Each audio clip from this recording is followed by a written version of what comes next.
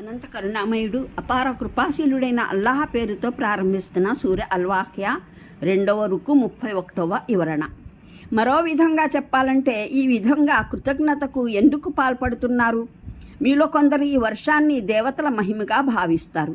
మరికొందరేమో సముద్రాల నుండి మేఘాలు లేవడం, ఆకాశం నుండి నీరుగా మారి వర్షించడం కేవలం ఒక సహజ చక్రమని, అది దానంతటా అదే సాగుతూ ఉందని తలపోస్తారు.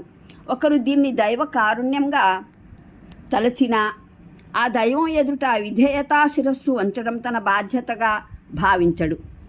దైవం ప్రసాదించిన ఇంత మహత్తరమైన వరప్రసాదం ద్వారా ప్రయోజనం పొందుతున్నారు, కానీ దానికి బదులుగా తిరస్కారం, బహుదైవవాదం, దైవాజ్ఞ ఉల్లంఘన, అవిధేయతలకు వడిగడతారు. ఇదేమిటి మీ వైఖరి?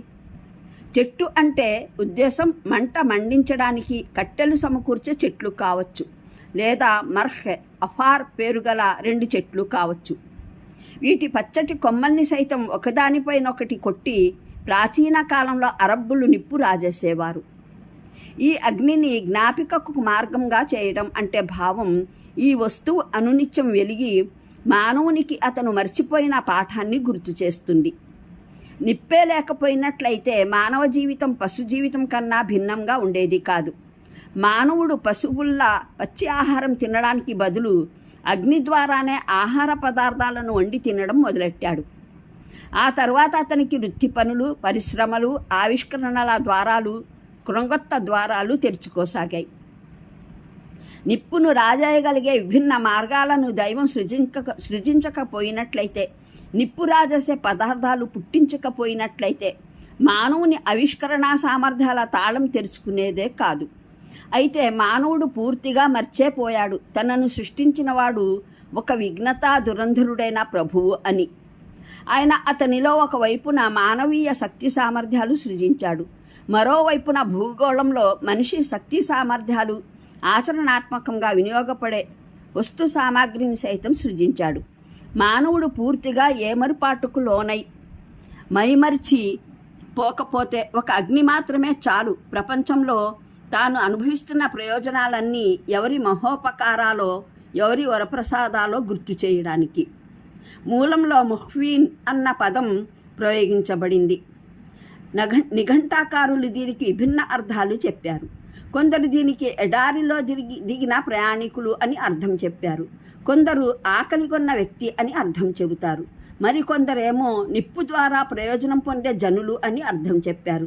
ఆ ప్రయోజనం పొందడం అన్నది భోజనం వండుకోవడం ద్వారానైనా, వెలుతురు ద్వారానైనా, వేడిమి ద్వారానైనా కావచ్చు. అంటే ఆయన శుభవానామంతో ఈ ప్రకటనను చాటండి.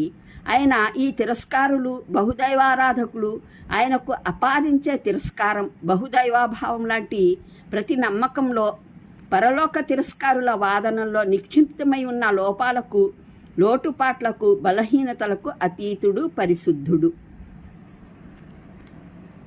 అనంత కరుణామయుడు అపార కృపాశీలుడైన అల్లాహ్ పేరుతో ప్రారంభిస్తున్న సూర్య అల్వాఖ్య 2వ రుకు 31వ వివరణ.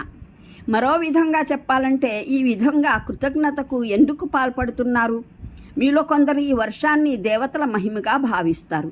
మరికొందరేమో సముద్రాల నుండి మేఘాలు లేవడం, ఆకాశం నుండి నీరుగా మారి వర్షించడం కేవలం ఒక సహజ చక్రమని, అది దానంతటా అదే సాగుతూ ఉందని తలపోస్తారు. ఒకరు దీన్ని దైవ కారుణ్యంగా తలచినా ఆ దైవం ఎదుట విధేయతా శిరస్సు వంచడం తన బాధ్యతగా భావించడు.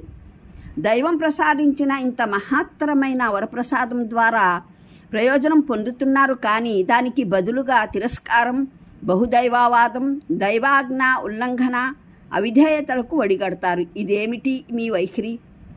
చెట్టు అంటే ఉద్దేశం మంట మండించడానికి కట్టెలు సమకూర్చే చెట్లు కావచ్చు, లేదా మర్హ్, అఫార్ పేరుగల 2 చెట్లు కావచ్చు. వీటి పచ్చటి కొమ్మల్ని సైతం ఒకదానిపైనొకటి కొట్టి ప్రాచీన కాలంలో అరబ్బులు నిప్పు రాజేసేవారు. ఈ అగ్నిని జ్ఞాపికకు మార్గంగా చేయడం అంటే భావం ఈ వస్తువు అనునిత్యం వెలిగి మానవునికి అతను మర్చిపోయిన పాఠాన్ని గుర్తు చేస్తుంది. నిప్పే లేకపోయినట్లయితే మానవ జీవితం పశు జీవితం కన్నా భిన్నంగా ఉండేది కాదు. మానవుడు పశువుల్లా పచ్చి ఆహారం తినడానికి బదులు అగ్ని ద్వారానే ఆహార పదార్థాలను వండి తినడం మొదలెట్టాడు. ఆ తర్వాత అతనికి వృత్తి పనులు, పరిశ్రమలు, ఆవిష్కరణల ద్వారాలు, కృంగొత్త ద్వారాలు తెరుచుకోసాగాయి. నిప్పును రాజేయగలిగే విభిన్న మార్గాలను దైవం సృజించకపోయినట్లయితే, నిప్పు రాజేసే పదార్థాలు పుట్టించకపోయినట్లయితే మానవుని ఆవిష్కరణా సామర్థ్యాల తాళం తెరుచుకునేదే కాదు. అయితే మానవుడు పూర్తిగా మర్చేపోయాడు తనను సృష్టించినవాడు ఒక విఘ్నతా దురంధరుడైన ప్రభువు అని. ఆయన అతనిలో ఒకవైపున మానవీయ శక్తి సామర్థ్యాలు సృజించాడు, మరోవైపున భూగోళంలో మనిషి శక్తి సామర్థ్యాలు ఆచరణాత్మకంగా వినియోగపడే వస్తు సామాగ్రిని సైతం సృజించాడు. మానవుడు పూర్తిగా ఏమరుపాటుకు లోనై మైమరిచి పోకపోతే ఒక అగ్ని మాత్రమే చాలు ప్రపంచంలో తాను అనుభవిస్తున్న ప్రయోజనాలన్నీ ఎవరి మహోపకారాలో, ఎవరి వరప్రసాదాలో గుర్తు చేయడానికి. మూలంలో ముహ్వీన్ అన్న పదం ప్రయోగించబడింది. నిఘంటాకారులు దీనికి విభిన్న అర్థాలు చెప్పారు. కొందరు దీనికి ఎడారిలో దిగిన ప్రయాణికులు అని అర్థం చెప్పారు. కొందరు ఆకలిగొన్న వ్యక్తి అని అర్థం చెబుతారు. మరికొందరేమో నిప్పు ద్వారా ప్రయోజనం పొందే జనులు అని అర్థం చెప్పారు. ఆ ప్రయోజనం పొందడం అన్నది భోజనం వండుకోవడం ద్వారానైనా, వెలుతురు ద్వారానైనా, వేడిమి ద్వారానైనా కావచ్చు.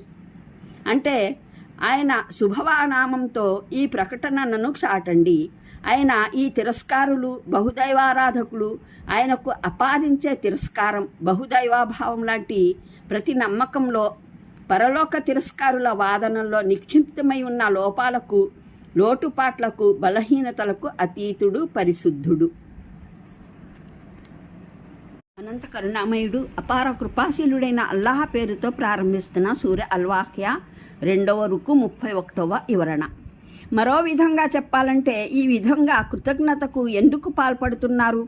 మీలో కొందరు ఈ వర్షాన్ని దేవతల మహిమగా భావిస్తారు.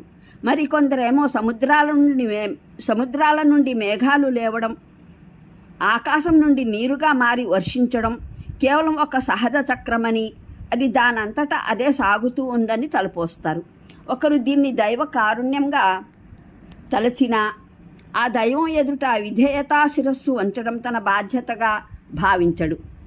దైవం ప్రసాదించిన ఇంత మహత్తరమైన వరప్రసాదం ద్వారా ప్రయోజనం పొందుతున్నారు, కానీ దానికి బదులుగా తిరస్కారం, బహుదైవవాదం, దైవాజ్ఞ ఉల్లంఘన, అవిధేయతలకు వడిగడతారు. ఇదేమిటి మీ వైఖరి?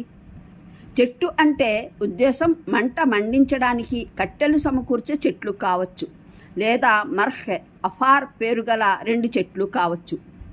వీటి పచ్చటి కొమ్మల్ని సైతం ఒకదానిపైనొకటి కొట్టి ప్రాచీన కాలంలో అరబ్బులు నిప్పు రాజేసేవారు. ఈ అగ్నిని జ్ఞాపికకు మార్గంగా చేయడం అంటే భావం ఈ వస్తువు అనునిత్యం వెలిగి మానవునికి అతను మర్చిపోయిన పాఠాన్ని గుర్తు చేస్తుంది. నిప్పే లేకపోయినట్లయితే మానవ జీవితం పశు జీవితం కన్నా భిన్నంగా ఉండేది కాదు.